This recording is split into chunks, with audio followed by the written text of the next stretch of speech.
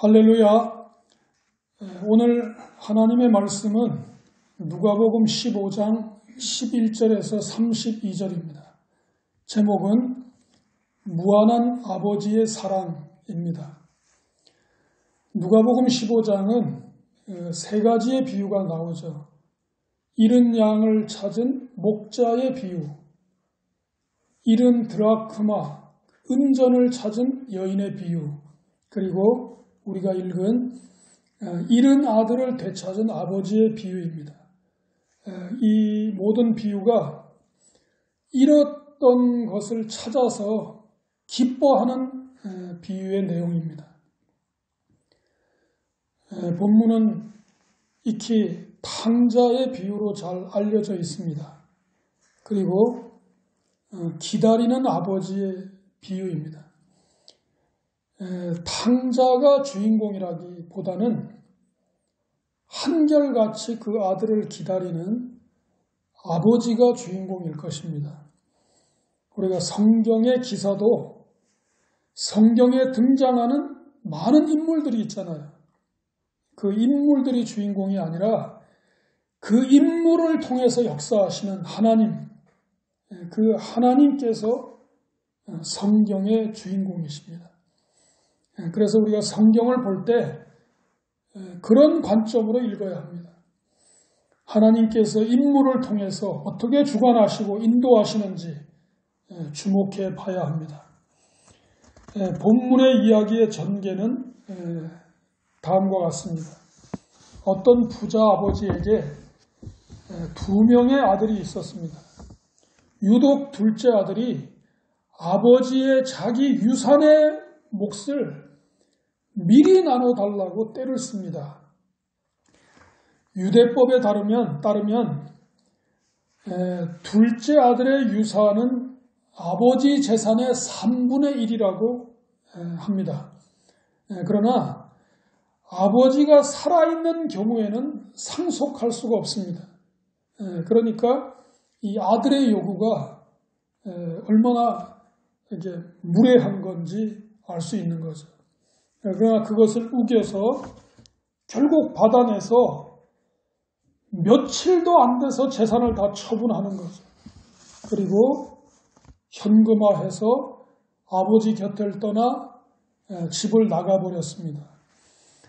평소에 아들의 기질과 태도가 행동을 말해주는 거죠.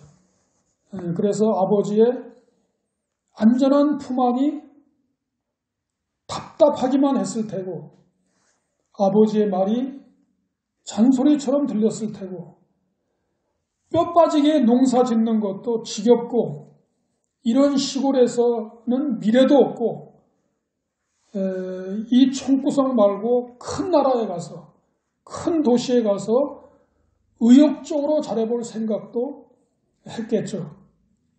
그러나 하나를 보면 열을 난다고 아들은 아직 큰 세상에 나갈 준비가 안 돼 있고 애시당초 싹수가 없었습니다. 돌아가시지도 않은 아버지의 분깃을 달라는 것은 큰 불효입니다. 그런 아들의 정신 상태나 생활이 온전할 리가 없습니다. 자신이 땀 흘려 모은 재산이 아니면 이 관리할 능력이 안 되는 경우가 많습니다. 그리고 경험이 없으면서 세상을 너무 만만하게 봤을 것입니다. 성경은 허랑방탕하여 그 재산을 낭비하더니 다 탕진해 버렸습니다. 재산이라는 것은 장사를 하든지 투자를 하든지 이렇게 증식시켜야 유지가 되는 건데 있는 재산을 아껴 쓰지 않고 헛되이 해프게 쓰니까 마치 꽃감 빼먹듯이 금방 다 바닥이 나는 것은 시간 문제입니다.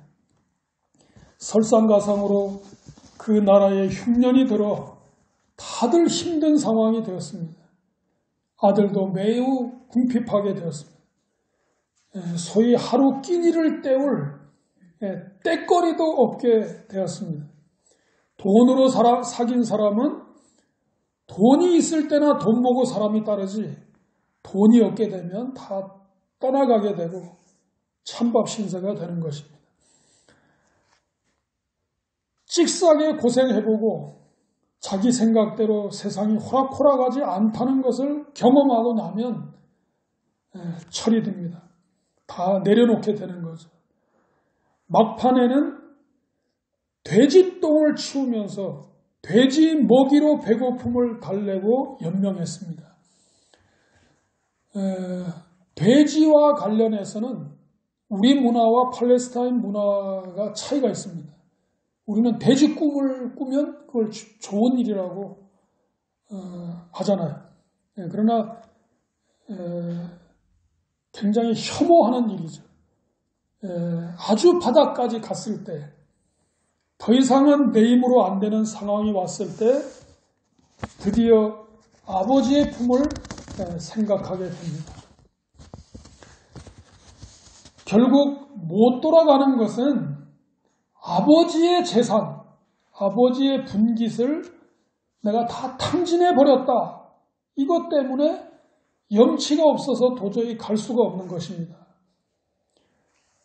그러나 나는 죄인이니 나를 아들로 보지 마시고 그냥 품꾼의 한 사람으로 써달라는 심산으로 아들은 결단하고 용기를 내서 아버지께로 돌아갑니다. 그러나 아들은 아버지를 떠났지만 아버지는 처음부터 아들을 떠나보내지 않았습니다. 어쩌면 떠나는 날부터 기다리셨습니다. 아들은 탕진한 돈 때문에 못 돌아오지만 돈은 애초부터 아버지의 관심사가 아니었습니다. 아버지만큼 아들을 잘 아는 부모가 어디 있겠습니까? 하도 때를 쓰고 우기니까 인생 경험하고 세상 공부할 겸 허락한 것이지 큰 성공을 기대한 것은 아닙니다. 돈이야 세상과 인생을 배우는 수업료 정도로 생각했을 것입니다. 그러나 이 둘째 아들의 위대함은 그 바닥에서 더 수렁으로 빠져들며 헤매지 않고 그 상황에서 아버지께로 돌아갈 결심을 했다는 것입니다. 우리의 신앙생활도 마찬가지입니다. 우리의 위대함은 우리가 더 망가지기 전에 돌이켜서 아버지의 품으로 돌아가는 것입니다. 거기가 안전한 곳이고 거기가 사람답게 사는 곳이고 거기가 사랑받는 곳이고 거기서 우리가 바닥난 우리의 자존감이 살아나는 곳이고 거기가 구원이 있는 곳입니다. 이어서 극적인 장면이 나옵니다. 아직도 거리가 먼데 개역성경은 아직도 상거가 먼데 그렇게 표현합니다. 그러니까 상당한 거리가 있다는 거예요. 근데 아버지가 내 아들이다. 직감적으로 아버지가 먼저 알아차리는 거죠. 얼마나 사무치게 그리워하며 기다렸으면 아버지가 먼저 보신 것입니다. 그를 보고 측은히 여겨 고대 사회에서 아버지의 체면도 아랑곳하지 않고 아버지가 달려가는 거죠. 그리고 목을 안고 입을 맞추고 부둥켜 안고 눈물로 상봉합니다. 살아서 건강하게 돌아와 준 것만으로도 아버지에게는 큰 기쁨입니다. 제일 좋은 옷을 입히고 손에다가 가락지를 끼우고 여전히 상속자란 말이겠죠. 발에 신을 신기고 살찐 송아지를 잡으라. 우리가 잔치하자. 내 아들이 죽었다가 다시 살아났다. 내가 잃었다가 다시 얻었다. 다 같이 기뻐하고 즐거워합니다. 여기까지 끝나면 이제 해피엔딩이죠. 그런데 그 앞에 있는 비유와 달리 기다리는 아버지의 이 비유 속에는 25절 내용이 더 첨가되어 있는 거죠. 일을 나갔다가 돌아온 큰아들이 그 내용을 알고 아버지와 같은 마음이 아닌 마치 세리와 죄인의 친구가 되어주신 예수님께 꼬인 마음으로 시비를 거는 바리새인과 서기관 같은 태도를 취합니다. 노하는 거죠. 잔치에 들어가지 않으려고 합니다. 아버지가 나와서 권하는데 아버지에게 따집니다. 아버지에게 반기를 드는 거죠. 나는 여러 해 동안 아버지를 모시고 시키는 대로 다 했는데 저한테는 친구들이랑 같이 어울리라고 염소 새끼 한 마리 잡은 적이 없는데 동생은 아버지 재산을 다 말아먹고 왔는데 뭘 잘했다고 살찐 송아지를 잡아 잔치를 합니까? 하는 것입니다. 아버지의 마음과 형의 마음이 이토록 다를 수 있단 말인가? 아버지 앞에 큰 아들의 한계를 드러냅니다. 맏아들은 아버지를 모시고 가장 가까이서 아버지랑 살았는데 아버지의 마음을 전혀 헤아리지 못했습니다. 마치 달란트 비유에서 다 장사해서 남기는 종에 비해서 주인이 마음에 굳은 사람이라고 왜곡하고 땅에 묻어둔 한 달란트 받은 종처럼 아주 가까이에 있으면서 그 아버지의 마음을 알지 못했습니다. 이에 아버지께서 한마디로 소심한 아들에게 말합니다. 너는 항상 나와 함께 있고 내 것이 다 내 것이다. 너는 항상 나와 함께 있지 않냐?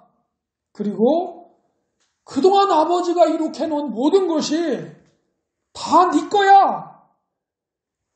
아버지의 1차 상속자로 아버지 것이 다 내 것이라고 하는 것입니다. 그까지 송아지 한 마리가 문제겠냐? 내 동생은 죽었다가 살아났고 내가 잃었다가 얻었기로 우리가 즐거워하고 기뻐하는 것이 마땅하지 않겠느냐? 성경에는 가끔 마땅하다는 표현들이 나옵니다. 그 말은 당연하다는 거죠. 응당 그렇게 해야 되는 거라는 거죠. 이 본문의 내용을 보면서 저 자신에게도 둘째 아들의 같은 모습 또는 큰아들 같은 모습을 동시에 저 자신에게도 봅니다. 마태복음 18장 14절에 이와 같이 이 소자 중에 하나라도 이뤄지는 것은 하늘에 계신 너희 아버지의 뜻이 아니니라.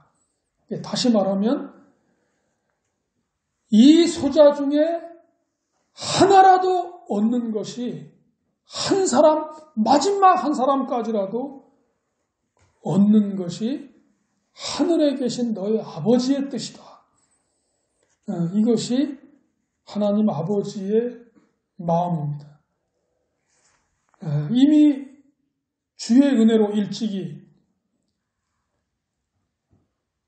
하나님의 품 안에 있는 사람들은 이 아버지의 마음을 헤아려야 할 것입니다. 누가복음 5장 31절에서 32절 말씀에도 예수께서 대답하여 이르시되 건강한 자에게는 의사가 필요 없고 병든 자에게라야 쓸데있나니 내가 의인을 부르러 온 것이 아니요 죄인을 불러 회개시키러 왔노라. 어떻게 보면 우리도 주님의 말씀하신 병든 자에게 의사가 필요하고 주님은 의인을 부르러 온 게 아니고 죄인을 불러 회개시키기 위해서 오셨기 때문에 우리도 그 은혜를 우리가 입어서 그 은혜가 우리에게 임하여 우리도 사람 구실하고 그 은혜 안에 살아가며 구원받은 인생을 사는 것이 아닌가 라는 생각을 합니다. 전적으로 하나님의 은혜로 사는 것을 우리가 감사하고 아버지의 마음으로 우리도 잃어버린 자를 찾아서 하나님을 기쁘시게 하고 또 하나님의 마음을 시원하게 해드리는 그런 하늘의 효자가 되었으면 하는 마음 간절합니다. 끝까지 말씀을 경청해 주셔서 감사합니다. 혹시 이 말씀을 청취하면서 내가 어떤 이유로든 하나님과 멀리하고 있거나 주님을 떠나 세상 속에 사는 분이 있으면 이 말씀을 듣고 용기를 내서 우리 둘째 아들처럼 일어나서 결단하여 아버지께로 돌아가는 것입니다. 당신의 인생에서 가장 위대한 결단과 행동이 될 것입니다. 주님께서 마치 버선발로 쫓아나와 우리를 맞아주실 것입니다. 하나님 품 안에서 구원의 은혜를 누리는 우리 모두가 되시기를 바랍니다. 기도하겠습니다.